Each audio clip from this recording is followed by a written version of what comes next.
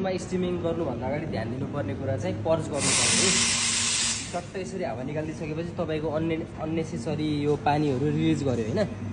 अनि त्यसपछि अड्कल्नु पर्यो, दुध अड्कल्नु पर्यो। यो दुध चाहिँ यो तोडको भन्दा थोरै तलसम्म राख्नु पर्यो है। त्योभन्दा माथि भयो भने चाहिँ दुध स्टिमिङ बिग्रिने चान्सेस बढी हुन्छ ल। अनि त्यसपछि सधैँ ह्यान्डल उल्टे गरेर स्टिमिङ गर्नु पर्यो र त्यो जुन नोजल छ नि, यो पाल छ नि, यो पाललाई डोब्ने है।